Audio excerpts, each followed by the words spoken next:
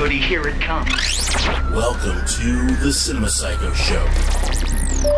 You are interested in the unknown, the mysterious, the unexplainable. That is why you are here. Oh my God, don't stop now! With your hosts, Brian, John, and Elaine. Welcome to the Cinema Psycho Show, the madhouse for film freaks and film fans of all types. I'm your host, Brian Coddington, joined by my fellow co-hosts and filmmakers, John and Elaine Woolscroft. How the hell are you, Brian? I'm good. Good. I'm a good one. Glad to hear it. Quick out of the gate with you. It's a beautiful day. You are full of piss and vinegar. Let me look out the window. Yeah, it's pleasant. It is Yeah, pleasant. it It's is. cold, It's not- but it's not there's bad. sun. It's not bad. We'll take it. That's as good as it gets in March in Pittsburgh. It was bad a couple weeks ago. It was pretty bad. Well, this is a March without Easter, so this just fucking sucks. March sucks.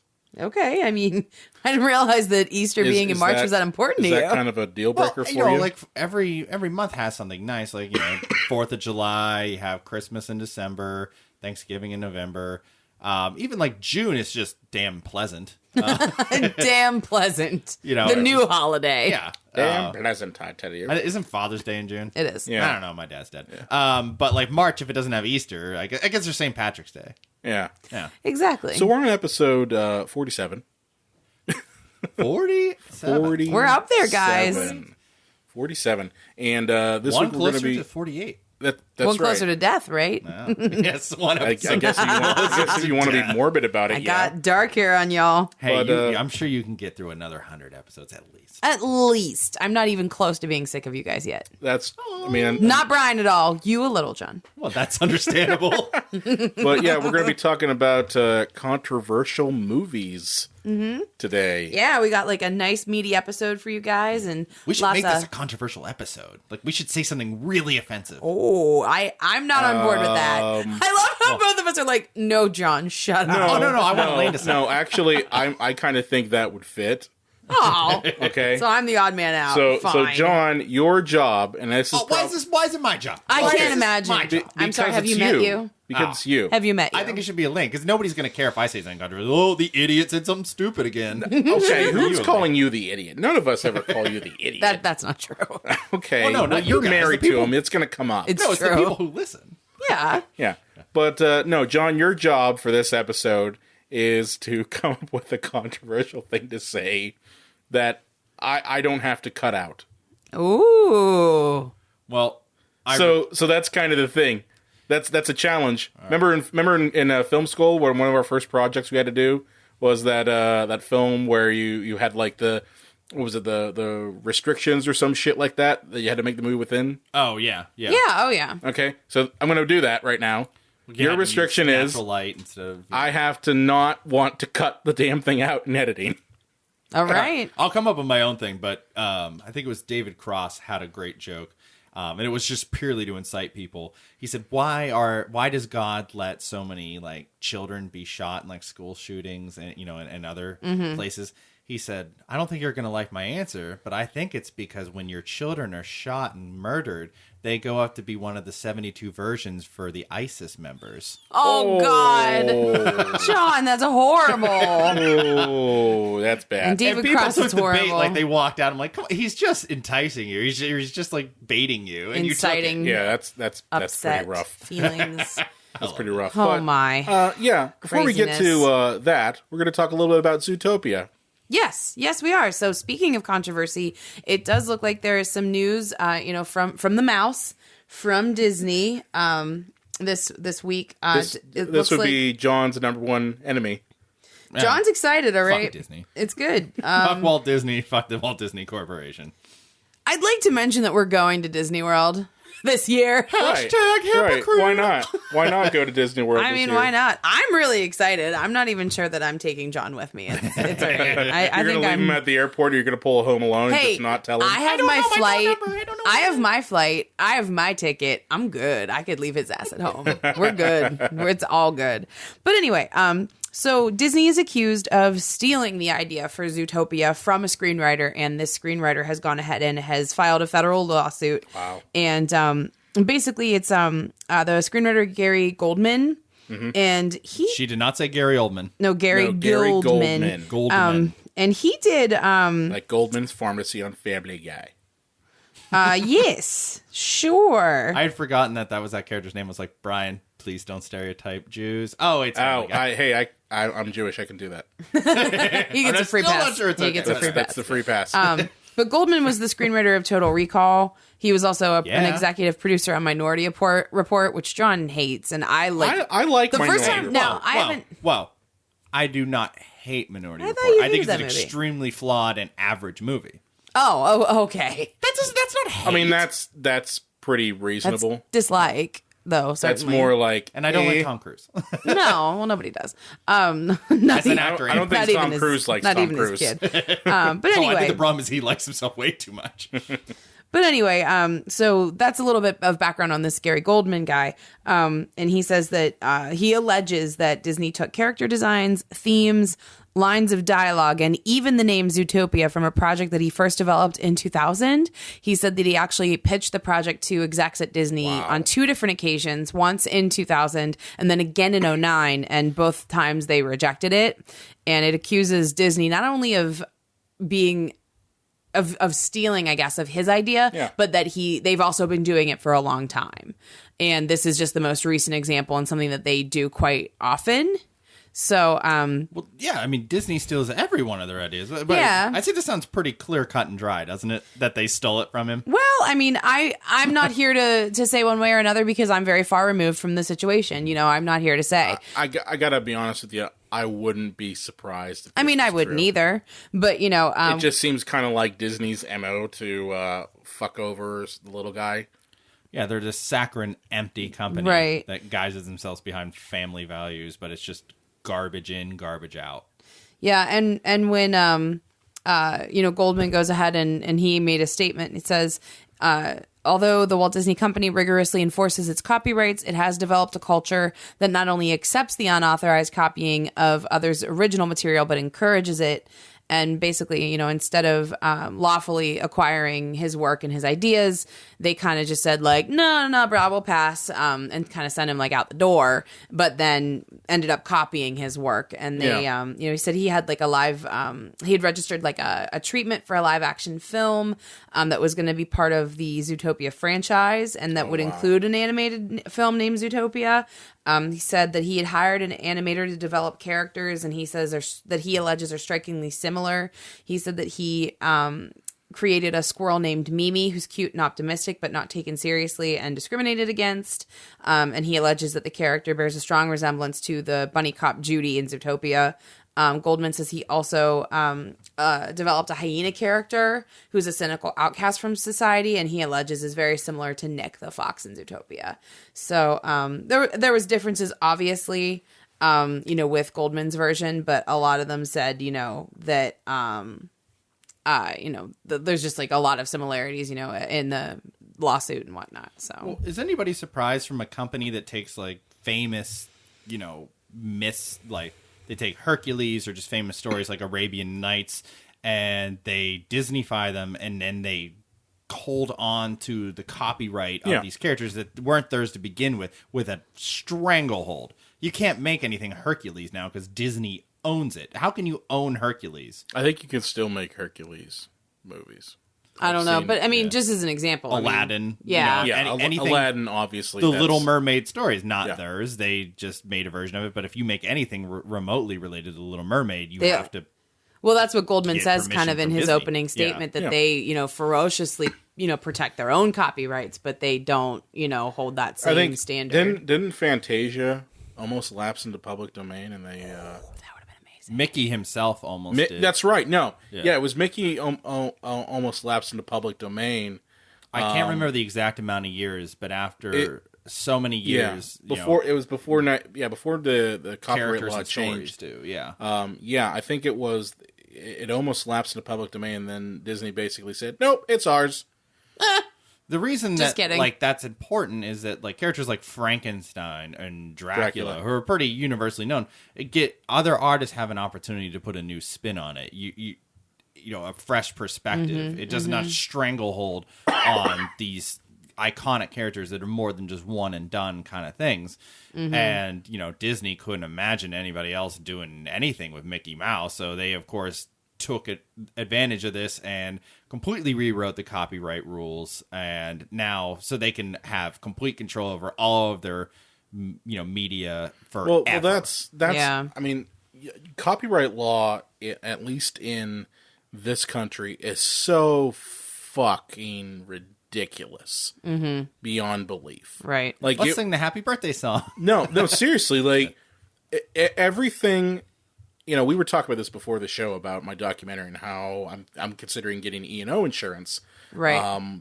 Because that a lot of people have asked, why haven't you put House of Oddities out? Why haven't you put House of Oddities out beyond, like, say, a DVD or here or there? Right. The reason why is errors because and omissions. Yeah, errors and omissions. Insurance, yeah. So I'm afraid of getting sued because, unfortunately, as a filmmaker, and a lot of filmmakers know this, we live in an environment where, especially if you're doing documentary, people can sue you for anything. Mm-hmm. And that's kind of the reason why I haven't put it out. I'm considering putting it out on Amazon Video Direct because then it would get onto Prime and get to the audience that it needs to get to. But to do that, I need to cover my ass. Definitely. And that's because the copyright law doesn't protect derivative works as well as it should. Yeah.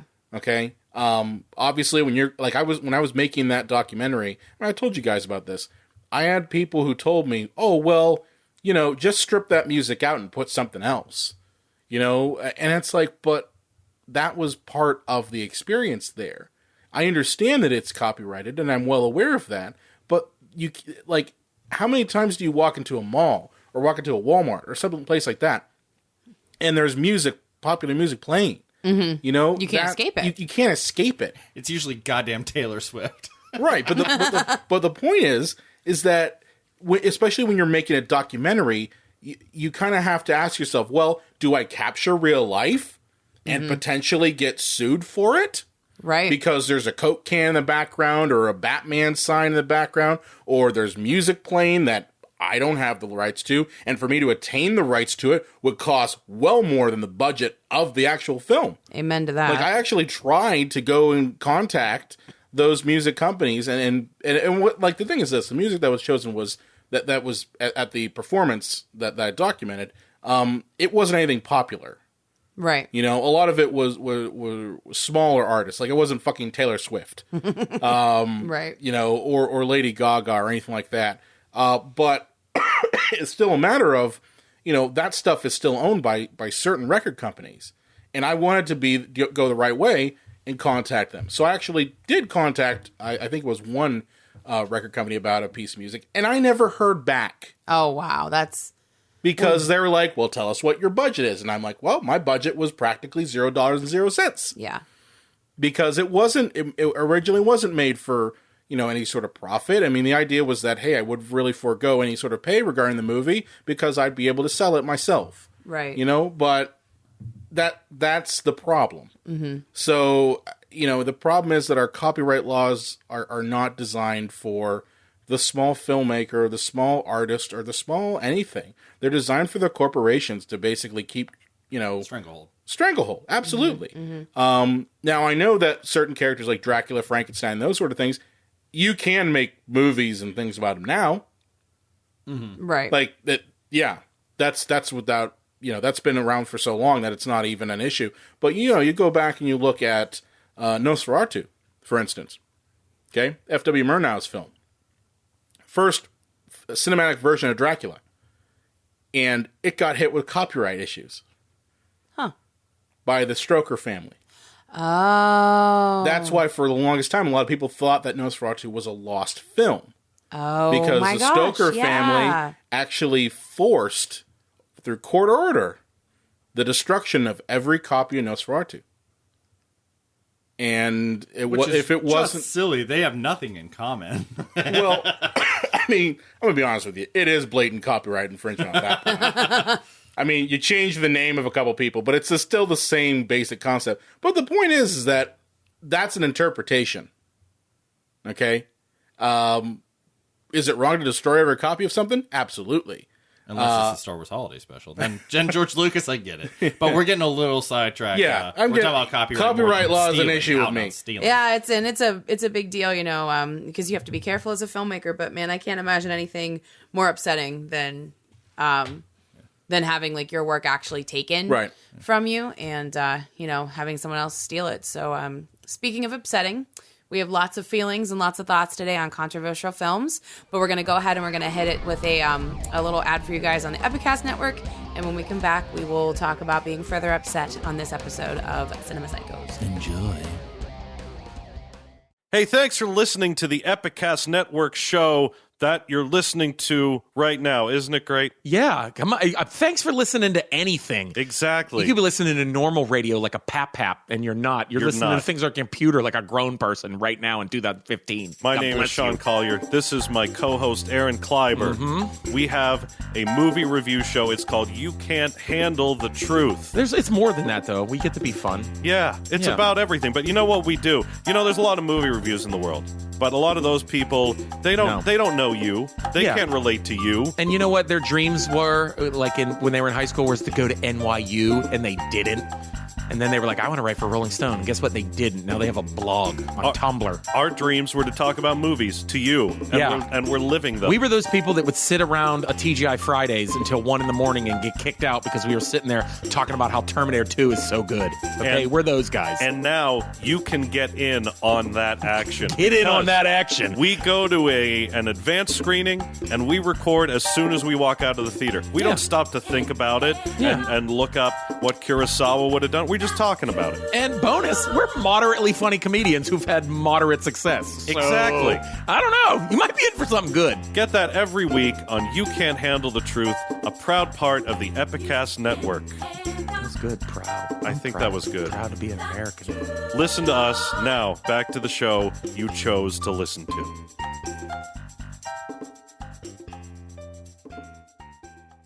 And we're back. That was a message from our network, the Epicast Network, specifically from You Can't Handle the Truth podcast. Really good episode they did recently on Kong Skull Island. Mm-hmm. Yeah. Yeah, John, you saw that, right? Mm-hmm. Did you see it? Did you like it? Nah. No, it was stupid fun, but mostly just stupid. Oh, they were comparing it to like a mixture between King Kong and Apocalypse Now. Is that kind of the vibe? We both look at you expectantly. No, I mean it's during Vietnam. It's that's it. So I think that's all it is. Yeah, that's the comparison. Okay. But hey, guys, I think the only problem with Columbine is they didn't shoot the right kids. There we go. There's your controversial episode. Controversial episode. Boom. You know, in our long history together, the only time I've ever seen anyone constructively and openly talk to John about his work and say he was offended by something was in a screenwriting class that we took. The only thing in a script riddled with the most heinous things you could ever imagine. Well, you did that on purpose, right? Yeah, yes. But including like a bear mauling someone because they were on their period and they could like smell the blood. Like in that script, the only thing that offended anybody ever was a Columbine reference, like a very flippant school shooting comment. And the person who brought it to John's attention, she was very respectful. She said, "Hey, I get what you're trying to do, but this is the joke for me that fell flat. I know a lot of like people who were in similar situations, and to me, like that just shut me down." That's the only thing that John has really truly gotten feedback on as being offensive. So I'm glad you went for the gold there, buddy. You guys should have had my screenwriting class. Because, yeah, we should have. I mean, I had little kid, cannibalism in my screenplay. I know. I missed it. And, my teacher loved that shit. Yeah, well, you got like the cool one. We did not. I had the cool one. You guys had the sucky one. Yeah, we had a horrible professor, so I took it out of my way to write the most like in your face, relentless, dark comedy, profane comedy that I could have. And it broke the teacher. Challenge, like right? I wanted, yeah. Yeah, well, so what you're was the his reaction? I'm just curious. It broke him. He made us take a break after we read John's script because we did them all like aloud, and he made the class complete take a with break. like the acting and everything too. Kind of. I mean, like he would cast it, quote unquote, and have someone read like the stage direction because it was like up on the projector, so that we didn't have to deal with paper, which was sort of great. We paper printed everything. Yeah, no, we did it like on the screen. I did like that. Thank you, aspect. Dave Saffin and Blake Noble, and and Lane Wollscraft. You guys nailed the performance. Yeah, so we like performed it and like read it or whatever. You had Dave and Blake. Yeah, in Dave and class? Blake and Matt Wayne too. Oh, Maddie Wayne. But Dragon. I did feel bad for Bill though because he really did not want to read the character. Bill's such a nice guy. he is a nice guy. It's the problem. He's like, he's too good for you. I don't know if I can read that. But anyway, the teacher like lost all color in his face, and he's like, "Yeah, we do you guys just want to just take a break? Just get out of my face." And he did not walks just away. say, "Get out of my face." I don't think so, but it was like very dismissive the way that he said it. Did he have to do the glasses? He did. He Oh took my them off. He God, cleaned them like Giles. It was amazing. Yes. It was amazing. But anyway, John is the perfectly qualified human for this controversial episode. So hit me, John. What do you got? What you got? What you got? With your best shot. Hit me, baby, one more time. Well, I mean, there's such a wide variety of what we would consider controversial movies because there's so many different reasons why. You know, some topics are controversial to begin with. Some things as the end result of a film make them controversial, like what happens after the fact. What happens on set can make them controversial. You know, so we're going to talk about a wide variety of different things. It's interesting that interesting is kind of an interesting word to use. Interesting's an interesting word. You fell in a rabbit hole, sir. Yeah. You're in a temporal loop. Last Tango in Paris, for example, was a controversial movie anyways for its subject matter. And then it became even and more it became even more when we controversial. found out that Brando, was raping the shit out of his co-star. Let's not be with butter. so flippant in the language there. I mean, we're going to be dealing with a lot of sensitive subjects. Yeah. I Like, was trying to bring a little brevity to it, not in the sense of not trying to lessen rape, but just the fact that it's so outrageous. right, but that's what I'm saying. Like let's keep this like super respectful for like horrible things that would have happened because a lot of these films are controversial for good reasons. Yeah. So just make sure you know what you're doing. Yeah, Just so that's you a know. double dose of controversy there. But there's Never look at butter the same way again. Yeah. You go to like a gangbang though, and when you're the 45th guy, you can't believe it's not butter. Oh, Jesus Christ. All right. So again, when I say please don't be flippant, John, this is what I fucking Gangbangs are mean. consensual, hopefully. Hopefully. Hey, 9 out of 10 people in a gang rape are for it. John, Jesus can you move Christ. on and be more All right. constructive? I shouldn't have given him that challenge. You just wanted to see my blood pressure go through the roof, didn't you? You're coming out the ears. gonna flip the table. That's what's gonna happen. There are some interesting movies like on the bottom of these lists, like The Interview, which would not in any way have been controversial, except Kim Jong-un like flipped his lid and wanted to kill Seth Rogen and James Franco. Did he actually want to kill Seth Rogen and James Franco? Yeah, I think he put, Because like, a they hit made out fun of the him. fact that he thinks Salman he doesn't have an Rushdie style. asshole. Yeah, Oh yeah, he was super pissed about that. which is That's a great movie, though. I love The Interview. I didn't see it. thought it John, was you did, great. right? Yeah. It certainly had its moments. But it's funny because Team tell me America, my man which went doesn't after poop? his dad, like Yeah. 10 times worse. Like, and they didn't. Trey Parker and Matt Stone weren't getting new No, death threats. that movie, the issue with that movie was that it had plastic dolls fucking. Yeah, That was the controversy. that's the controversy. That's the controversy. Not Kim Jong-il. It was plastic dolls fucking. That was it. But would we say one of the granddaddies of controversial films would be Freaks? Is that like the first real big controversial? No, I mainstream think you film? can go all the way back to what the hell movie was it? Birth of a Nation. That is That's- older. Yeah, That Yeah. I would say That's- was probably be the the first controversial movie. It's one of the so oldest to speak. ones. Yeah, D.W. Griffith. And the thing is, it wasn't at the time because it was white audiences. Probably 99% of the audience were white and like, well, that's true. If you don't know what we're talking about, it was, Birth of a Nation takes place during the Civil War, and the freed black slaves, which are white people in blackface, are chasing after white women because they just can't stop their insatiable thirst for rape, and the Ku Klux Klan are seen as heroes. This is in the movie. This isn't our in the opinion. movie. This is in the movie. Yeah. Come in as the great white knights, so to speak, to save all these white women in towns from the crazed free slaves. And people, probably when they saw it, were like, "That's accurate." Unfortunately, that was the world we were living in back then. So the controversy didn't come until We've gotten a little better. A little bit later. But interestingly enough, like that movie's considered extremely controversial. But you look at Elaine, what is it, Holiday Inn? Holiday Inn. Oh, Bing yeah. Crosby? Holiday Inn, yeah. Yeah, that has a minstrel number where Bing Crosby's in blackface. It's the way that it's done too. It's clearly an actor who's an actor by profession in the film on stage in a depiction of blackface. So it's not only it's shown in the film, it's shown as an acceptable form of entertainment to other people. God, do you know that's what I mean? horrible. Yeah.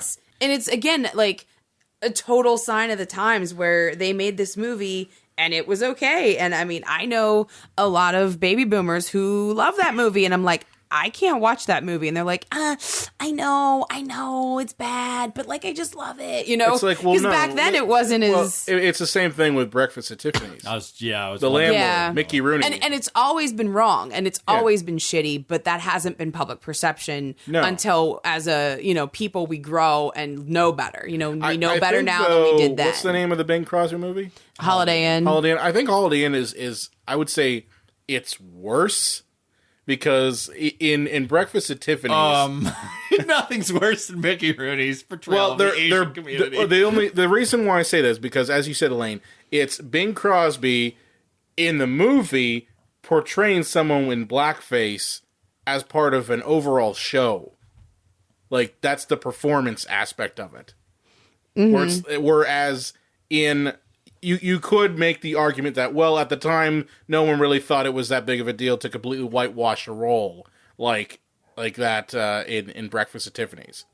That's what I'm trying to say. They're both terrible. I don't even see it just as whitewashing. I see it as he's purposely going out of his way to antagonize well, look at, or to make a cruel imitation of someone. I mean, you even kind of see that with like shows like Kung Fu.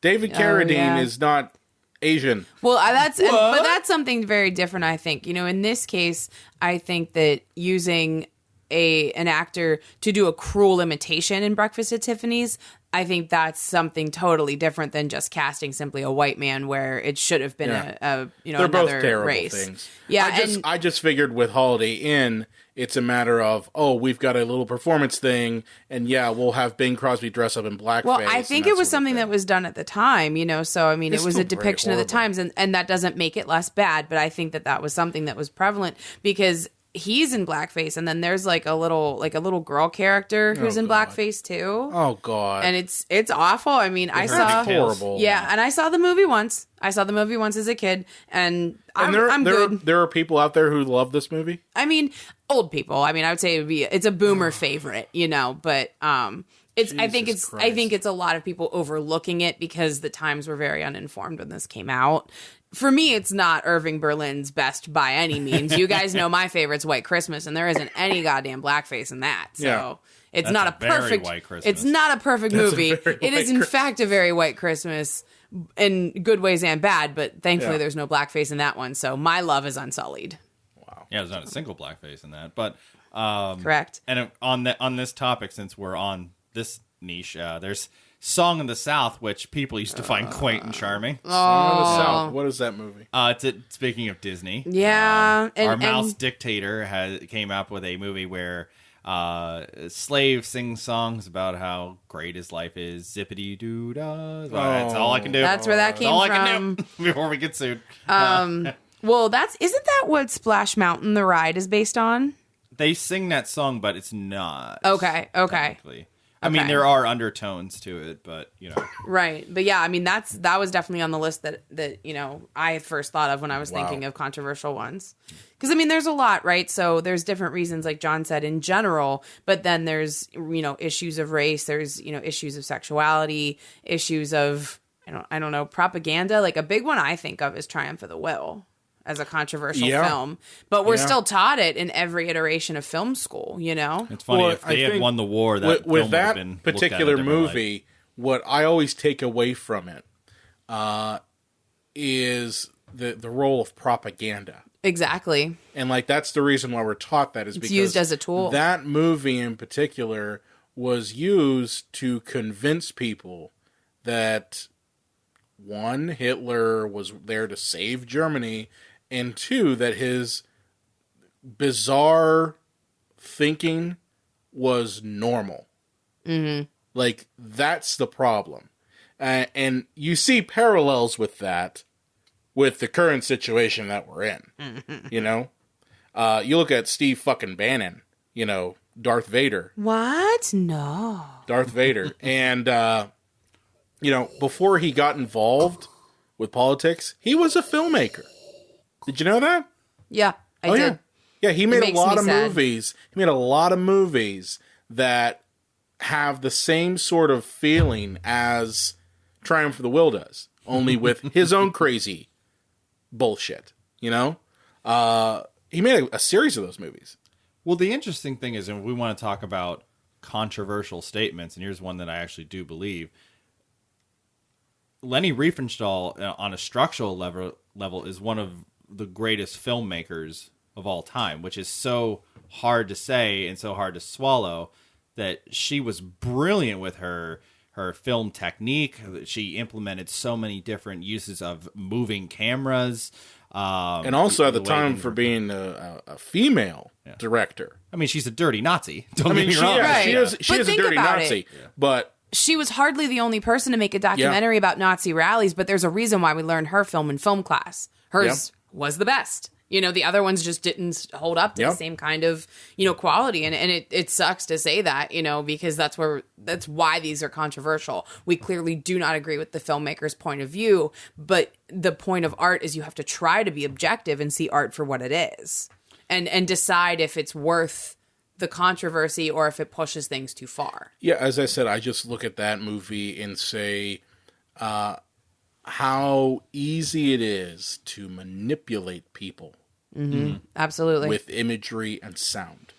Like if I'm trying to if I'm going to make a movie and I want to invoke a specific type of emotion, or if I'm trying to get a message across, I'm going to look at Triumph from the Will and say, how did Leni Riefenstahl, if I pronounce that name correct? Riefenstahl. Yeah. Okay. How was she able to convince normal, and I would like to say, you know, good people. I don't believe that everyone in Germany at the time was a Nazi. Like, I think that, The that good they ones were... got out on the boat to America. But I mean, you know, that would be an unfair generalization. Right. Anyway. And that's why I think they were convinced that this is a good way forward. Right. You know? And I would say that I would look at that movie and say, how, if I'm going to make a movie about getting a message across, how can I do it? I'll look at that movie because they clearly did. Mm-hmm. You know? Manipulation of the public. Watch that movie. Mm-hmm. Well, I mean, it's sadly not that hard, because what is it? Is it the Kuleshov effect? Kuleshov, excuse me. You know, basically Ryan Gosling's whole career. Somebody can just stare off, and if you put certain music underneath him, he's happy, he's sad, he's thoughtful. Well, it's images behind, too, Yeah, isn't Kuleshov it? is images behind. Yeah, it's not music, it's images behind. Images behind images behind Or images. what am I The looking- same images. Yeah. But It's yeah. the same image, but with, like, different lighting Backgrounds, or right? different No, backgrounds. or different Kuleshov is... sound. Cool. You know, I think you're mixing your effects. Okay. Kuleshov is if I'm taking, like, let's say I have a camera hooked up to a TV monitor, a TV, and I'm filming the TV. It's going to kind of go like into infinity. Mm-hmm. The camera is recording the TV, camera recording the TV, and over and over and over again. That's Kuleshov effect. I don't know what the hell you're talking about. All right, well, Okay, yeah, no, you're right. This is the Kuleshov effect is from the 1910s and 20s. Okay. Its definition is a mental phenomenon by which viewers derive more meaning from the interaction of two sequential shots than from a single shot in isolation. Okay, so I fucked up. So I think we're mixing. Brian couple. fucked up. Well, there's a lot of this stuff too. You know, like, well, yeah, regardless of particular wording, there has been studies where somebody will just sit at a table and they'll stare off into a camera lens. Yeah. And they will do one take where they have sad music and the person's stone face, and they'll zoom in slowly, and so he's sad. And then they'll do one where it's happy and it's from a passive angle, shot from above, and he's the same expression, and now he's happy. So if people are that easily manipulated that way, just imagine what a brilliant filmmaker can do with the propaganda power that she had. Would that be the most controversial movie of anything that we're going to talk about, considering its power that it had and what it ended up doing? I think it's a fair question. It depends on how the scope of the controversy. As I said, I don't think that movie alone convinced people. Yeah, it's not the Uncle Tom's Cabin of I don't think that movie alone II. convinced everyone to support Hitler. I think there was a lot going up until then that helped, but I think that movie did a good amount of damage, towards that end. Right, and that's what we say, like the difference of it being propaganda, it had a much more directed purpose than, a lot of these films that are for entertainment. Yeah. So just as a quick academic nerd note. So the Kuleshov effect is this idea that shots in sequence can give more meaning than a shot alone, right? So, and this is actually a beginning, kind of like the baby beginnings of montage, because, so long ago, montages weren't a thing yet. Imagine that, guys. Montages hadn't been invented yet. But Poor Rocky. Poor Rocky. Right? But what it is it's the same expressionless man in a room. And you see his face, and then you see one of three images. It's one is a child in a coffin, another is a bowl of soup, and then another is a woman on a divan. And so depending on what we perceive the actor to be looking at, audiences swore his expression was different every time, and each time they raved about the acting, when in reality it was the same shot. His face was the same every single time. Yeah. So, sorry, I got my head on straight, and I just wanted to add that because I think it's a really interesting principle and also a very good descriptor of, Ryan Gosling's acting skills. Boy, I hate to see what they read into his reactions if he was looking at Transformers: Dark Side of the Moon. They would assume he was suicidal, but... Oh, God. So... Yeah. So there's reasons why these are, all differently controversial, because of the effect that they can have later. Now, John, you had some examples of films where people did things after seeing certain films. Yeah. Where that's another type of controversy. Where people do stupid things after seeing it. The only thing I could think of off the top of my head when you mentioned that is how that guy, that kid, lit his house on fire after watching Beavis and Butthead. Well, no, I thought, didn't he, put his cat in a microwave or some shit like that? No, okay, there's two separate stories. One kid burned his trailer down, and another kid put a dog in a... Of course, the trailer. Yeah.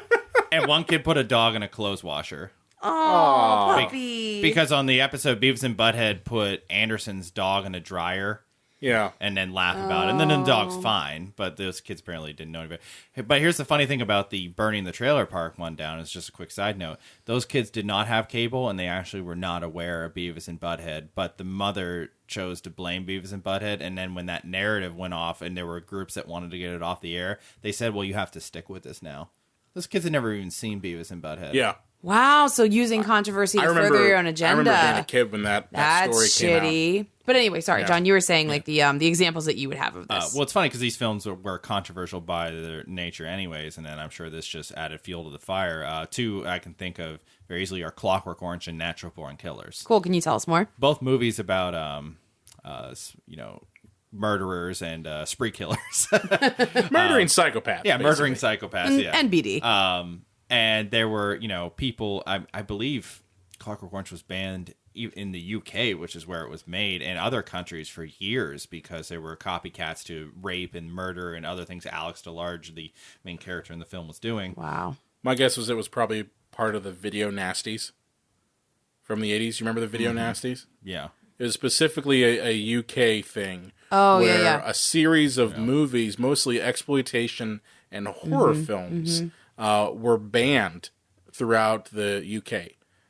Like Evil Dead was on the video nasties list. That's silly.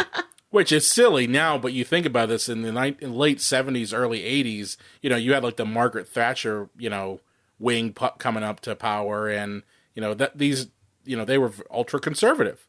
And they really hated these types of movies. So, not surprised by that. And then, of course, there were tons of Mickey and Mallory Knox copycat killers who were the husband and wife, murdering duo in Natural Born Killers. So there were tons of copycat girlfriend, boyfriend murdering teams that follow that. Right. And, of course, these filmmakers have to come out and apologize. Why do they have to apologize? For their art because they're crazy people in the world? Yeah. I mean, I look at it as they probably had to apologize because the studio said you have to apologize. Okay, I don't think... Well, they also could actually be sorry whether they had any They fault could be in it or sorry, not, but you know? I wouldn't... Like, okay, for instance, when Columbine happened, who did everyone go after? They went after Marilyn Manson, and they went after movies like The video Matrix. games, Yeah, and violent video games. Okay, and violent video games. Did those things contribute to this? No. Okay? But that's what the public thought because they saw these killers were not, the quintessential preppy football players. Okay? They saw they were goth kids wearing trench coats and obsessed with horror and metal and video games. So that's what they blamed it on because it's easy. It's really easy to blame it on those things instead of look at the complex reasonings why that would happen, namely mental health issues. Or especially, just the heartbreaking reality of how, in many cases where there is a student shooter, the parents have no idea what's going on. The parents have no idea, and on top of that, high school's a fucking pain in the ass. Let me tell you that. It is, and I think I was bullied as a kid. Yeah, and I think it's a horrible realization. I'm not trying to say that what school shooters do is right. No, that is definitely not a stance the Cinema Psycho show we're is not taking. saying that. No, but I think like the idea of like trying to find something to blame does come from that deep grief of just not understanding like the warning signs and not realizing what was going on until it was far too late. Yeah. Not to get off on that tangent. Or to get too dark. Or to deep. get too Sorry. dark. It happens sometimes. It's a controversy show. It's so there you go. controversy. Yeah, but having to apologize for your art because there's some crazy people. They're like, what if Who Framed Roger Rabbit? The main private eye is falling out of a plane, and Disney insisted because he doesn't have a parachute, and Mickey and Bugs are both falling. By the way, this is the only time I think actually in the modern era that Warner Brothers and Disney actually played along. I think you're right. Together. Mm-hmm. And that's a great scene, by the way. Yeah, and they hand him a parachute, and it doesn't have an actual parachute, and it's full of like tools or something. It's a tire. Yeah, and Disney because it's called a spare. You got a spare? Brian quite perfectly remembers this movie. I've seen that movie so many times. Oh, that's awesome! Count. It's a good movie. And Disney demanded that it had to be Bugs that gave him the shoot because Mickey wouldn't do something like that. But yes, Mickey would. But what if Mickey had done it and I threw my like little sibling, which I don't have one, but just say hypothetically, out of a window with a book bag on, and I told him it was a parachute, and I said Mickey told me it was okay. Yeah, is the Walt Disney Corporation going to apologize because I'm a psychopath? A baby socio. I wonder how the Walt Disney Corporation feels about South Park when they blatantly make turn Mickey into like a sociopath. I'm sure they're not crazy about it. Oh, I'm sure they hate it. And then there's the whole series of movies that are blatantly trying to be controversial on purpose. They're like Pink Flamingos, which is one of my favorite movies from one of my favorite that was filmmakers. that exploitative like midnight movie era, right? Yeah, where they were finding that really strong niche audience. Not every midnight movie is built on controversy. Like, not necessarily, but I think there's a certain genre at hand there where the subject matter is pretty strong because you have other contenders besides just Pink Flamingos in that regard as far as that goes. I would say that's kind of where Rocky Horror Picture Show came out of. Obviously much later, but even like the original Night of the Living Dead or, possibly, David Lynch's Eraserhead would be examples of, niche midnight movies. Modern movies, I would say movies like as I was talking about before the show, Neon Demon had a bit of controversy. Yeah, that's true because of the content. About that. Yeah. So bullshit. It's interesting how I'm sorry. Brian hated that. I'm movie. sorry, but let me tell you something here. When you're going into a movie and you're expecting controversy, and what you end up side tangent. Oh, I'm just singing. And what you end up watching. Side tangent. You're very distracting, Jess. Yes. I'm staring you down right now. Okay. It's Okay. taking even longer. All right. But no, I'm sorry. When you go in and you're expecting to watch a really good movie with some cannibalism and some Elizabeth Bathory shit, and you end up spending upwards to around 90 minutes watching a very pretty movie, but that makes no fucking sense whatsoever. Okay. And you're like, this is it? This is what the big deal was? Gotcha. That's my problem. Fair enough. Fair enough. I'm sorry that I went on a side tangent, but we're talking about controversial movies. Well, that was a controversy. I had to watch that. And it was bullshit. It was bullshit. All right. Well, that's fair. It's funny how the world changes, Elaine, because when you said Rocky Horror Picture Show, it's funny how a transvestite being in a movie was controversial then, and now it's controversial to use the word transvestite. It's true. It's funny how just What I their say. existence was, and then using that word now is As like, time goes on, we learn more and we try to do better. Yeah, but as much as I love Pink Flamingos, I don't think a movie like that and Human Centipede should be considered controversial because their only goal was to be controversial. Okay, fair Yeah. enough. I mean, you can't. I guess they succeeded, but I don't want them to succeed. Like, I'm gonna make a movie where a little kid has to eat shit and get his face blown off by a gun. I'm controversial. Like, no, you're an Number one, you're an asshole. Yeah, number one, you're an asshole. I don't know. Like here's the thing. I see a lot of horror movies that they kind of shortchange how far they should go. So, like I've always said that horror should always be R. It really should be. I don't believe in PG-13 horror. Well, if it's going to have any teeth, Was right? Rapture Guys PG-13? Yeah, it was for the time. Yeah. But I mean, I think if it was done nowadays, I think that would be an R.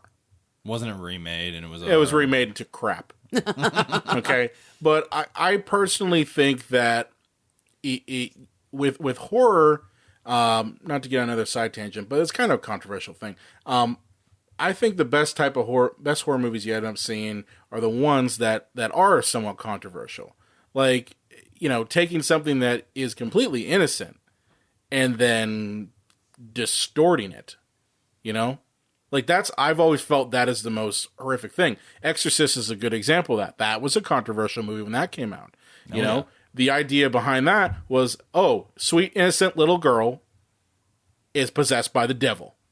That is a very controversial one too because of the religious implications. A lot of times movies are controversial because they've been either publicly condemned by the Pope or basic religious organizations, that sort of thing. Like, oh no, the Pope didn't like my contention movie. My contention is that movie we still remember, and a lot of people consider, I personally don't, the scariest movie of all time, but it holds that title because it did go far enough.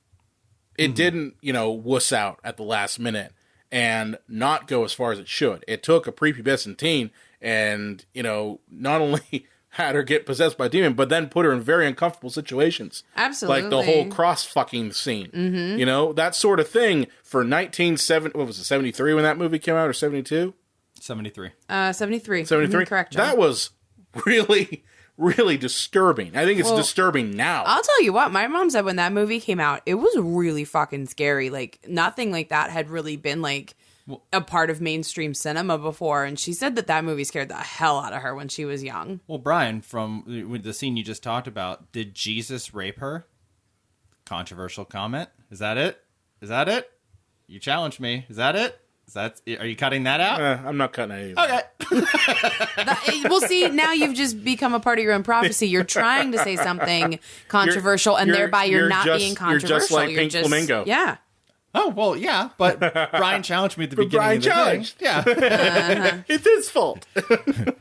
So, By the way, I'm pretty sure Poltergeist was PG, you guys. was it PG? I think so. That's because there wasn't PG-13 yet. Oh, that was right. It was 82. John knows his history. It was 82. Perfect. But yeah, there are interesting movies like on some of these lists, like Kids. Have you guys seen Kids? Oh, that's a controversial one. Absolutely. Important film, though. It's controversial for two reasons. One, what the film was suggesting, and the fact that they actually used underage actors in hypersexual scenarios, almost to the point where does the filmmaker enjoy photographing shirtless kids and kids having that's sex. creepy. Well, that's kind of another tenet of controversial films are creepy. movies that not only is their subject matter somewhat disturbing or controversial, Right. but the process of making the movie Agreed. is controversial. Like Brown Bunny. Oh You yeah. ever seen that movie? Yeah, I haven't seen it, but I know why it's controversial. Vincent Gallo has Yeah, well, on-camera sex. basically, Chloe Savini's not the only thing that blows when it comes Chloe to that movie. Sevigny. It's Yeah. Sevigny, not Sevigny. Savini. Oh, 7 yay. get an easier name. You should have changed your name when you came to Hollywood. It should be Chloe Steele or something. You know? That's a porn name. Oh well, my. she made sure a that's a porn. It's porn. called The Brown Bunny. Wow. God. Oh, You guys are laughing minute. You guys are hood. Yeah. But yeah, I mean Brown that's stain in my pants. It's my review for that movie. I mean that's obviously controversial because of its, the way that it was made. In case you guys don't know, there is a scene that is not simulated, that is actual, a scene of like oral sex, and it's extra icky because the director also decided to star in it. So he was like that creepy kid in film school that wanted you to be in his films that he starred in just so he can make out with you. In fairness, that is his girlfriend at the time. And that's okay. You know what's real creepy? Underworld 2. Did you ever see Underworld 2? Electric Boogaloo. I saw Underworld 1. That was Okay, good Underworld yeah, 2. I stopped, Okay, I here's, stopped good at enough one for as me. well. here's I what's stopped at creepy one about as well. Underworld 2. Kate Beckinsale was married to the director, and the director had to direct Kate Beckinsale having sex with Scott Speedman. Oh, well, how about that? So he's watching his wife. But I mean, I know that's there, it was very different. simulated. It was in simulated. That case where in It's- the I Brown still Bunny, it was find that not. disturbing, though. I still find it a little weird. I mean, I think it would be awkward for I think sure. it's weird to have sex with a guy whose name is Speedman. Maybe Scott Foreplay. I don't know. That's what all women are. Your bets would be better. I mean, for Yeah, sure. but like another movie that's in the same realm. You guys ever see Caligula? Yeah, I was gonna say. Speaking of sex, let's talk about Caligula, Classic. the worst movie ever Classic. made. The worst movie. Controversial, not because of any other reason, but it just blows ass. No, they hired actual prostitutes. Yeah. Like, There's Yeah, not that's enough a crazy dicks in one. his shot. Put a big Marvel dick behind these trained British actors and have girls hump them. We need more girls humping. Can someone take a shit? what was that? Dino De Laurentiis? Was that his film? Bob Guccione. Oh, Bob Gucci. I think it was De Laurentiis. I think it was his production company. They How both, dare you? Guccione. yeah, they both have the same talent level of porn hucksters. So And then it was distributed by, of all places, Penthouse. Penthouse Films. well, Bob Guccione, yeah, he directed it. He also owned Penthouse, so that he's like, I want to make a movie because Playboy had made a movie of no notoriety, but people were surprised. Like Playboy actually came out with a movie that was a legitimately normal movie, and he's like, I'll show him. I'll make an historical epic with pussies in it. The actors are going to come out of a giant pussy at the beginning, and then they're going to jizz all over the lens. And And as always, we have found our clamor for the week, it guys. costs $100 million. Yeah, that's our clamor. Yep. No, but here's the thing. Someone do this coke off my dick. I'm not going to have a hard on forever. Here's the thing. I actually enjoy Caligula. I You do do? like it. Yeah, it's the only because it's so ridiculous. it's the only They movie have I a walked machine out where on. they've got people. They're chopping off fucking heads, and everyone's buried in there. He's just like eating fruit as he's watching it. And it's just this giant machine chopping up people's fucking heads. Caligula dies on the steps at the end of the movie. It's like What's shot the from password? above. Scrotum. It's like slow motion. Yeah. I love that. I love the movie because of how ridiculous it is. It's the same reason why I love Troll 2. Okay? It's so horrible. It just wallows in its own It's badness. a movie that tries to take itself like a serious historical got, epic like- with fucking. But it's literally got Malcolm McDowell in it. It has Helen Mirren and Peter O'Toole. Really awesome actors and actresses. They won't And see they're the in this demos. porn. That's what it is. They're literally in porn. They want me to do what? In what hole? How many times? How much fluid? They're just gotta paying me imagine. what? Oh, all right. Just can imagine. What did Peter O'Toole think about this? He's just thinking, you know what? Because he did Lawrence of Arabia, My name right? is already Tool. Did he do Lawrence of Arabia? Yes. Okay, so he was in a movie like Lawrence of Arabia, and careers in the 1980s maybe wasn't that great. Started to teeter a bit. So he's thinking, you know what? He got a career fluffer. Hey, you know what? I never starred in a porn before. Might as well do one that's classy about fucking Caligula.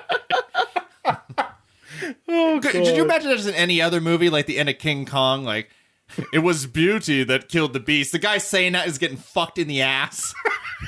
It's for no reason. It doesn't fit, does it? No, it didn't fit in Caligula either. But I enjoy it, though. I seriously do. I enjoy Caligula.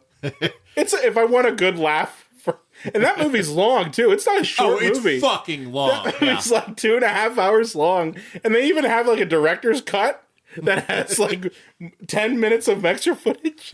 Hold on, this is a profound speech, but maybe you could masturbate while telling. Just a little side rub under your robe, you know? Oh, God. You're not circumcised? We're gonna win an Oscar. All right, so I have to stop you with side rub, and we have to refocus, All right, guys. well, speaking of sexy times, the only movie to be rated X that won Best Picture of the year, X later NC-17, was Midnight Cowboy. And that movie was controversial because there was gay stuff. Right. Gay stuff. I mean, at the time, like that was something that happened. That was not a lot of the overall tone all over the place in Hollywood went at over the time. people's heads. It was the very specific scene of when Joe Buck, John Voight's character, was out of money and desperate that he let a gay man in a movie theater give him a blowjob. And the shot's framed basically from chest up on John Voight, and the guy like goes out of frame, and you obviously know what he's doing. And then John Voight just like after a couple of seconds runs away because he's humiliated. And see the issue I have. So with, that was the big controversy. Here's the issue I have with that, and here's the reason why I personally believe that Hollywood was okay with that movie, is that it presents homosexuality as the villain. Okay. Oh, yeah. Like the way that's presented, that makes sense. It's not in a like realistic, right way. It's presented in a this is the villain. Yeah. You know? And John that's Voight's not right. down on his luck, and he's got to give a gay man a blowjob or hand job? Blowjob. Blowjob. Well, he gets a blowjob. Okay. Right. The guy pays to suck his dick. Either way, it's still presented as he's the villain. Yeah. Right. That's kind of the issue I have with it. Mm-hmm. Mm-hmm. Yeah. Yeah, anything that involves sex. I mean, there was a huge controversy anytime for the longest time, now it's done for comic effect, but the longest time when you saw a man's penis. You could see a naked woman, but a penis on camera would automatically get you an X rating. Right. You can't show that movie here. You still can't get it. You really, I mean, there's an upsetting lack of dong in movies. There really still, is. I would say. Well, you look at, and I mean, this is just one example, but I'm saying that I'm sure they didn't have to worry about an NC-17 rating was Forgetting Sarah Marshall. Oh, yeah. He comes out full Did they show frontal. his dick in that? It is full frontal. Yeah. So much more of Jason Segel than I ever really needed to see. The Pop Star movie, the Andy Samberg Yes, movie, Andy like Samberg. he signs a dick with Yes. a pen. And it was really funny. I never saw that one. Again, John said, it's played for comedy. Yeah. you know? And I'm saying I'm sure it's not a matter of like, for shame, your movie will never see the light of day, the way it would be in like the 60s and 70s. Yeah. Well, I mean, at the same time, just Like if Oliver whipped it out. Well, well, just kind of like what we were talking about last week with R-rated movies. It's all about context. Okay, like you're not going to see a dick get whipped out in a non-comedic film. You know what I mean? Like even with Boogie Nights, which was a drama, that was a fake dick. That was a fake penis. Oh yeah, Mark Wahlberg's not packing Okay, that was a fake penis. And on top of that, that's you guys' concern. We need the Hubble telescope to see Mark Wahlberg's dick. No, wow. It's so small. I don't even know where it is. Sometimes I just start pissing all over the place because it's tucked back inside. right? But my point is that Come at me, Mark. that was controversial for the time. It was, and and it definitely has a place of I'd say minor, but I repute. don't really see that in dramas now. Mm-hmm. Like, how many times can you say that? Oh yeah, there was a penis in that dramatic. Well, film. I mean, this could lead to Jurassic Park riddled with dicks. I mean, this could lead to a much bigger discussion, but I mean, a lot of these films that we're talking about, I mean, they're trying to press boundaries, they're trying to push buttons. I mean, we don't really see a lot of that in filmmaking now. Filmmaking has become something very separate from that. It's become sterile, A little bit. a little sterilized. A little bit. It's weird, guys, because I don't know if I'm just desensitized, but of all the controversial movies that I looked up in preparation for this episode, nothing offended me. I wasn't. There was no movie that, except for maybe like Triumph of the Will, but I just personally didn't look at it and go, that went too far. Because like Birth of a Nation, I look almost as just a piece of historical misinformation. Of significance in the worst way possible. Like that's a film that you teach in film school and go and talk about. Like I didn't go, oh my God, I'm gonna throw up.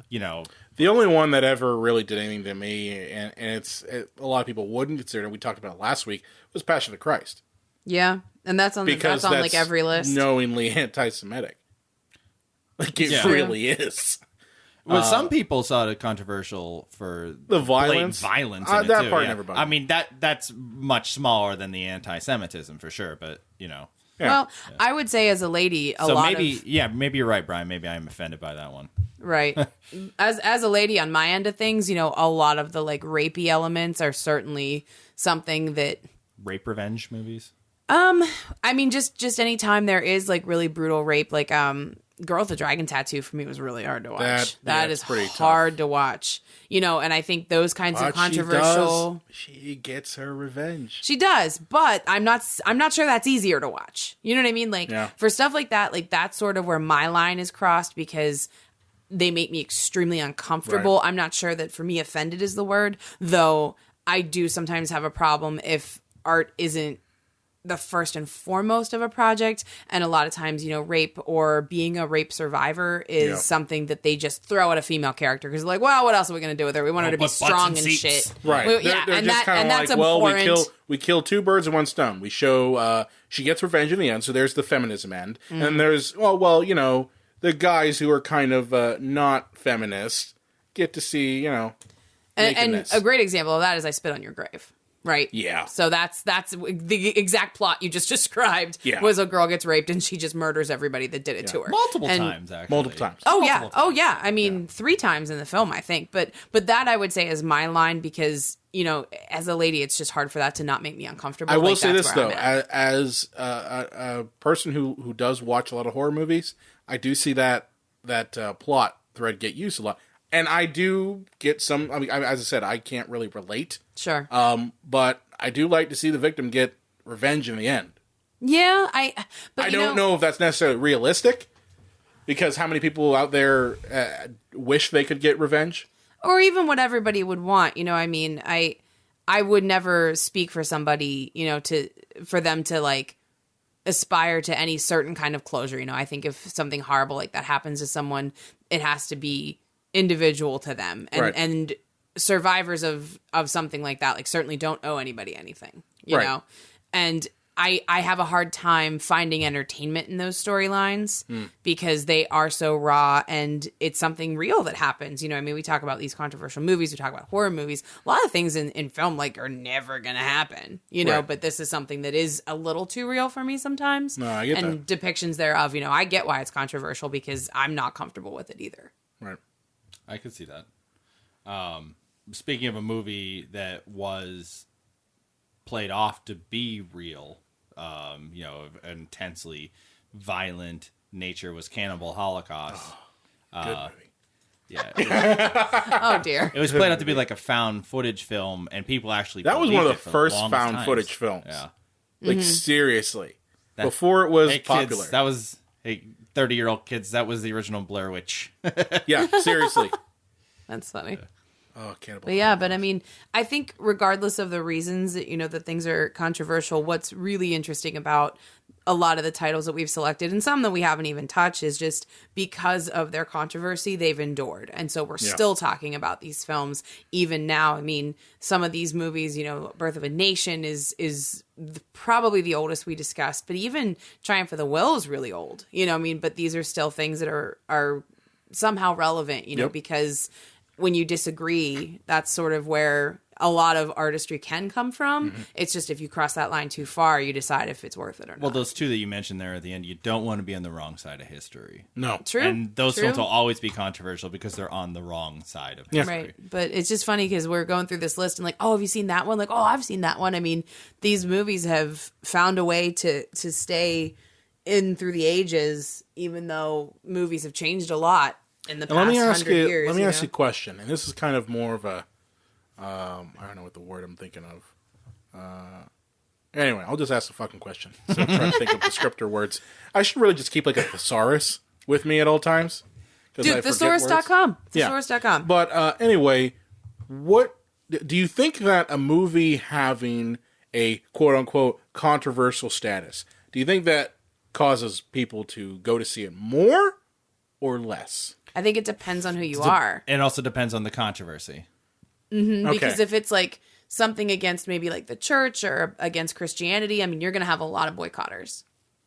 But at the same time, I think when I think when a movie has the label of this is a controversial movie, I go with the analogy of there's no such thing as bad press. Yeah, I mean, and there's some people that I think would be naturally curious, you know, if it's controversial. But like John said, you know, it just depends on the controversy. And for me, I think it depends on who you are. I feel like it almost would balance each other out because enough people would be like, okay, well, no, I'm walking away. And other people would be like, ooh, what's this about, you know? I've never seen a movie that hasn't been able to use controversy to their advantage. I mean, they can. And like you said, I mean, press Controversy is equals press is cash. press. But it can be. Can you guys think of a movie that, you know, failed because of controversy?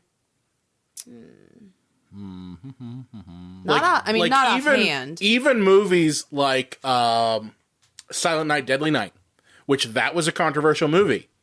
That movie gained a cult status after it was pulled from the theater. That's true, and it didn't air for what, more than a week? It was in the theaters for a week, and it opened the same day. I think we talked about this when we did that. It opened the same day as Nightmare on Elm Street, and it would have made more money had it not been pulled from the theater. Well, I mean, no movie makes a ton of money if it's just in the theaters a week, you know? Exactly. You hope the weekend is... But you look at that movie, and that movie has been able to use its controversy to its advantage. It gained a cult status. That's why I'm saying that I think a controversial label, and I think that's why you have certain filmmakers that go out specifically to make a controversial film, is because they know that, you know, if I can easily make a movie that's not controversial, and yeah, maybe I'll get a couple articles here or there that will, you know, draw some attention. But if I make a movie where there's quite literally controversial shit happening, I know that someone's going to kick up a fuss about it. Right. And I can spin it as, oh yeah, well, it's my art, blah, blah, blah, and get butts and seats, more or less, because people are curious. I see They're curious about the controversial stuff, and they want to see it for themselves. So that's why I'm saying that I personally think, this is just me, that the controversial label only draws more attention to the movie. It does. I can see you that. look at $1 Million Baby, and you know that film is about euthanasia. I mean, so is The Karate Kid Part 2, but doesn't get as much credit. Oh no, that's a youth in Asia. I'm sorry. Come on! You are the worst. And you know, I take credit for this scenario. What, by euthanasia you mean assisted suicide? Yes. And spoiler alert if you haven't seen the 2005 $1 Million Baby. If they're listening to this show, they know that we spoil the shit out of every movie. And all the conservatives that just flipped out over that, like they would have never gone to see this movie, but somebody wanted to go see it so they could see what they wanted to be pissed off about. Right. So I got, like you said, butts and seats. Like, I want to go see that movie so I can be pissed. I'm so mad. Yeah. It's like, well, listen, the studio got your money, so go ahead and be pissed all you want, but we got your money. Well, and I feel like now, you know, we live in a much more boycotting era because people want to vote with their dollars, and I think people are more likely to avoid something if they think it's going to make them mad, you know? Well, Brian, you'd mentioned about when controversy backfires.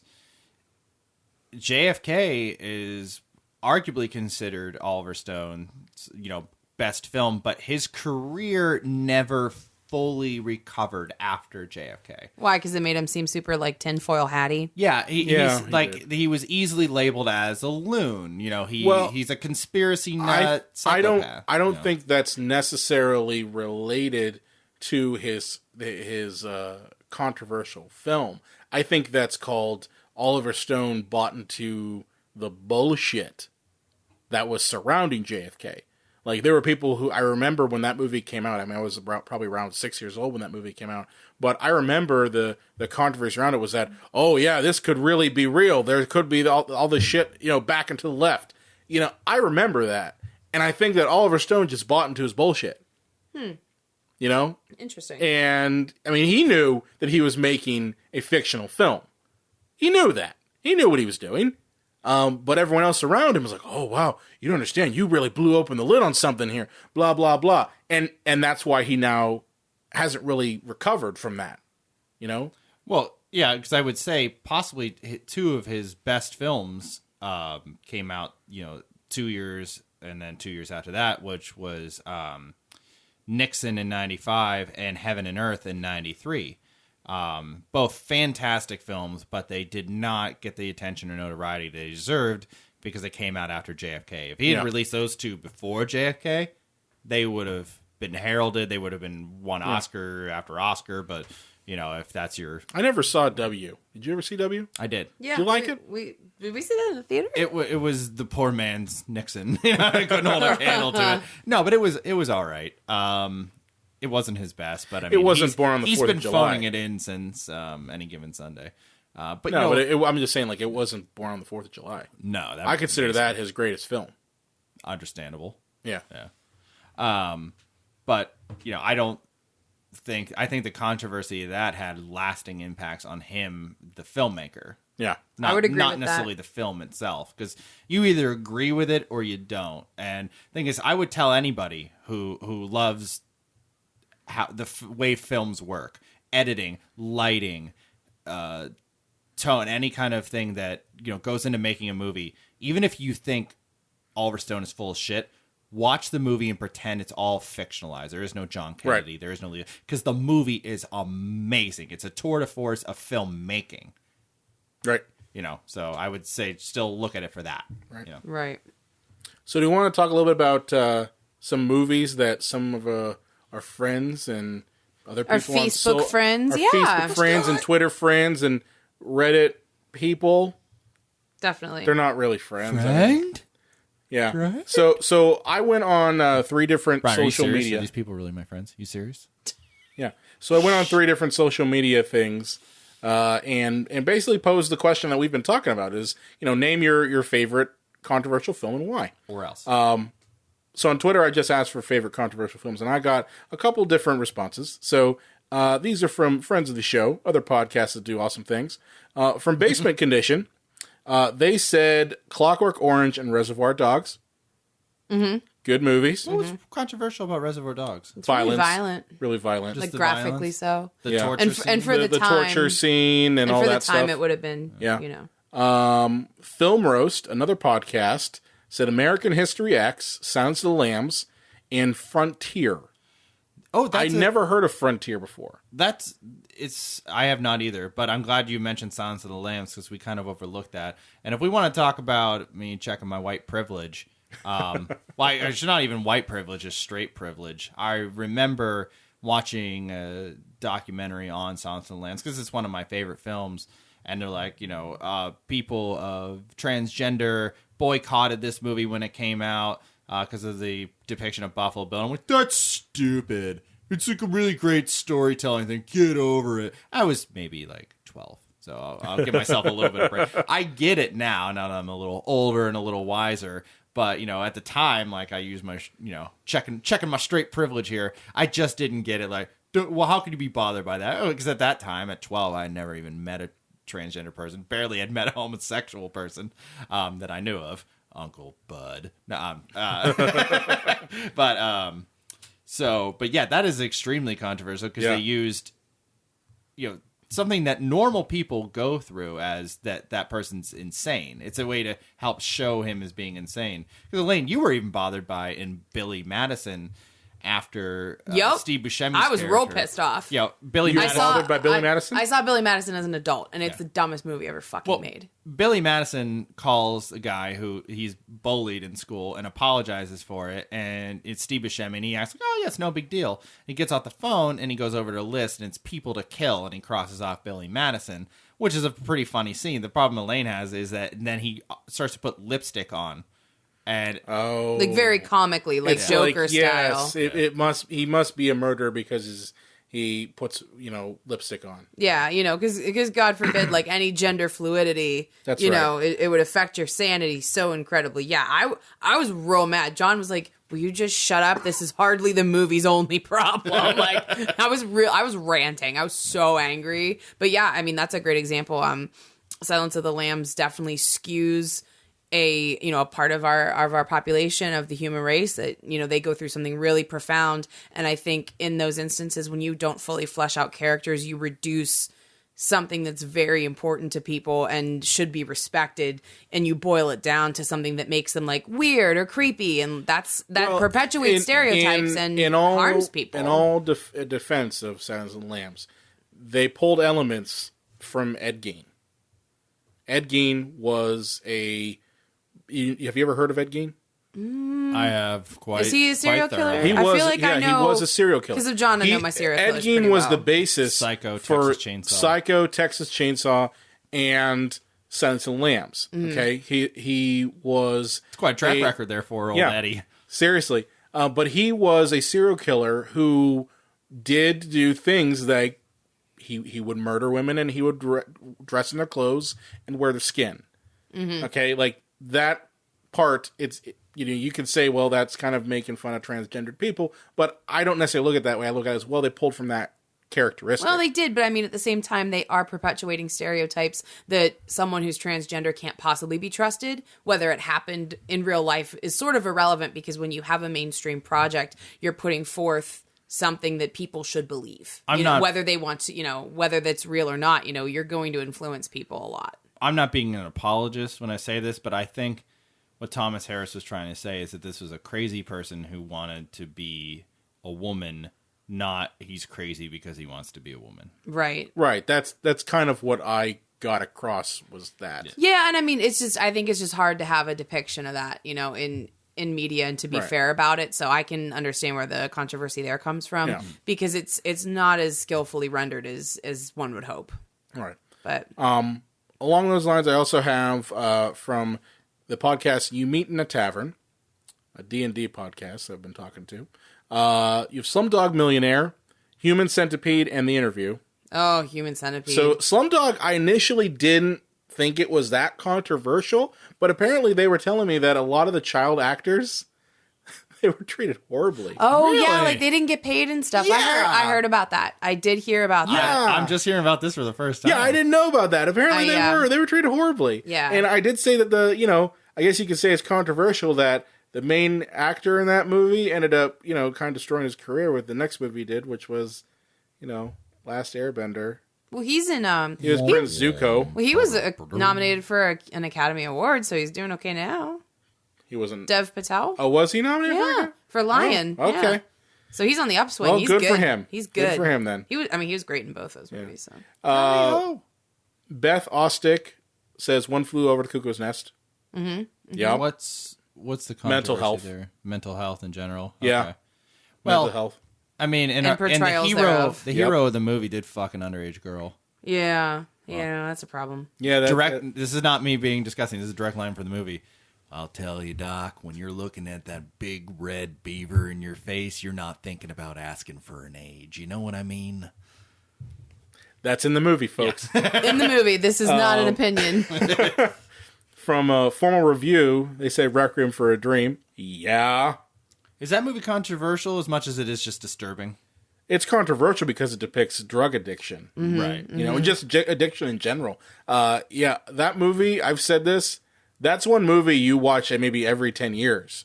That's not one you throw on a Sunday afternoon and say, oh, let's go watch Requiem for a Dream. No, it's an experience. Yeah, definitely. I just don't know if it's You may throw up controversial. afterwards. I don't know if it's controversial when Frank Zappa and Nancy Reagan can both think it's a good movie. You know what I mean? Because Nancy Reagan thought it was a good movie. well, it depicts drug use as horrible. Just say no. It wasn't just that. I mean, it was addiction in general. Yeah, Like, definitely. It wasn't. I don't think that movie could be used as, oh yes, all drug use is bad. I looked at it from a standpoint of, That's what our health teachers tried to do. well, they're idiots. So there you go. But I'm just saying, like, that movie I can only watch once every 10 years, which I think I'm coming up on that. From Dylan Miles, he said Fight Club. I didn't really see that as controversial. I mean, it's about freaking anarchy. I mean, you know? I guess so. I guess, that movie came out pre 9/11. So Yeah. I think if it came out after that, it would be even more controversial. It's like also- the whole Project Mayhem shit. It's also really fucking hateful to women, guys. Yes. Yeah. I like how that dawned on your face. You're like, oh shit, yeah. No, you're right. I like your face, like Well, the light bulb I went haven't on. seen it in years. They, so I'm they really had trying to remember. this guy had said that it was mostly the dialogue, like the line of dialogue from Helena Bonham Carter's character Marla when she says after she has sex with Tyler Durden, "I've been fucked like that since grade school." Yeah. like that line of dialogue wasn't originally supposed to be in the movie. Yeah. It was supposed to be something different, Yeah. and I guess Fincher put it in there anyway. Because why not? Right. Because it's to the extreme. That's right. That's right. It's the 90s, you know? Then she cracked open a surge and went skateboarding, which I would have loved to have seen Helena Bonham Carter do. True.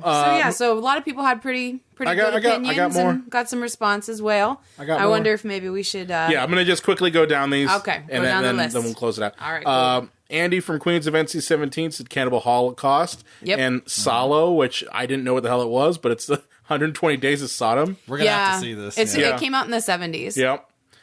Steph Herberling said Battle Royale. Heberling. Heberling. Okay. John Towers, we had him on the show. He said 3 or 4 Faces of Death. I guess they've had a couple of those movies. Yeah, guess so. Yeah, those are just awful. They are. James Walter said The Room and Sleepaway Camp. Yep. He introduced me to Sleepaway Camp. Actually, he's a friend of ours. And then I got a whole bunch of these from Reddit. Well, he also said Beauty and the Beast, which we had talked about on the show. That's Nah. a kind of The kind of level of controversy. controversy we're talking about, and that they're a little They're a little different. different. Not to minimize anything, A little but different. a little different. But just to kind of go down the line, these are from Reddit. Last Temptation of Christ, Antichrist, Taxidermy, Audition, Happiness, Apocalypto, Reservoir Dogs, Dogma, Easy Rider, Apocalypse Now, Clockwork Orange, Life of Brian, Brokeback Mountain, Pink Flamingo, Texas Chainsaw Massacre, The Irrational Man, which I guess is a Woody Allen film, Django Unchained, American Sniper, Caligula, Zero and Dark Irrational 30. Man? Irrational Man. Isn't That's that a the Coen Woody brothers? Allen film. It is? Yeah. Irrational Okay. Man. Okay, keep No, going. an Unreal. Caligula, Zero Dark 30, Spun, and Twilight. Twilight. I thought the Twilight one was great. That's funny. That's funny. Hey, it is bad for women. That shit is not feminist at all. Horrible to women. No. What are you talking about? Sure it is. Horrible. Come on, Team Jacob or Team Edward. Team Vomit, Brian. Oh, it's So, one yeah. of it's one of Woody's more recent films. Apparently, Yeah, so- 2015. So, I mean, it's cool that, we have a lot of examples. So if you guys want to be really pissed off or really upset, you know exactly what to watch now. That's right. All I'll say is, Anne Frank, if you're gonna hide at Woody Allen's house, don't do it in the attic. Oh, for fuck's sake. Come on, man. There you go. The winner is. You're trying so fuck's sake. hard. I don't know. So- I haven't been feeling any of it. You're trying too hard. So, yeah, we're going to close out the show there. Perfect. Well, how else can we do? We have to stop. We'll probably yeah. never do the show again. There you Thanks to John. We're pulled off the air. Yeah. Be sure to like us on Facebook, Twitter, Instagram, Google+, at Psycho Show. Where can they find you at? You can find me Elaine? at LA_Croft on Twitter. And if you want to be my friend on Goodreads, you totally can do that. Okay. So I like to read. And John? The Unreal J. Wolves. They can direct all your hate mail to you. I thought it was to you. No, It's care fuck of you. Brian it's not. Coddington. Brian Coddington. No, on it's Twitter. not. It's Unreal J. Wolf. You also find him on Facebook. You can find me at Brian Coddington. I also run the Psycho Show Twitter. You can also find us on the Epicast Network, not Epic Quack. Epic Quest. Epicast Network at epicastnetwork.com. If you have a favorite movie or a question, or you just want to say that we're horrible people because of this whole episode. Which is valid. Which is valid. It's fine. You can contact us at cinemapsychoshow.com and make sure to subscribe to us on iTunes. Send us a rate. Send us a review. We love those things. Give us those titty bits, guys. Titty bits. To catch our new episode available every Sunday. Seriously, you're not going to say Nothing? anything? What? You always close out the show with something smart. Oh, I didn't have anything. That's all I right. didn't want to force it. Everybody's going to be like, wow. Capacast.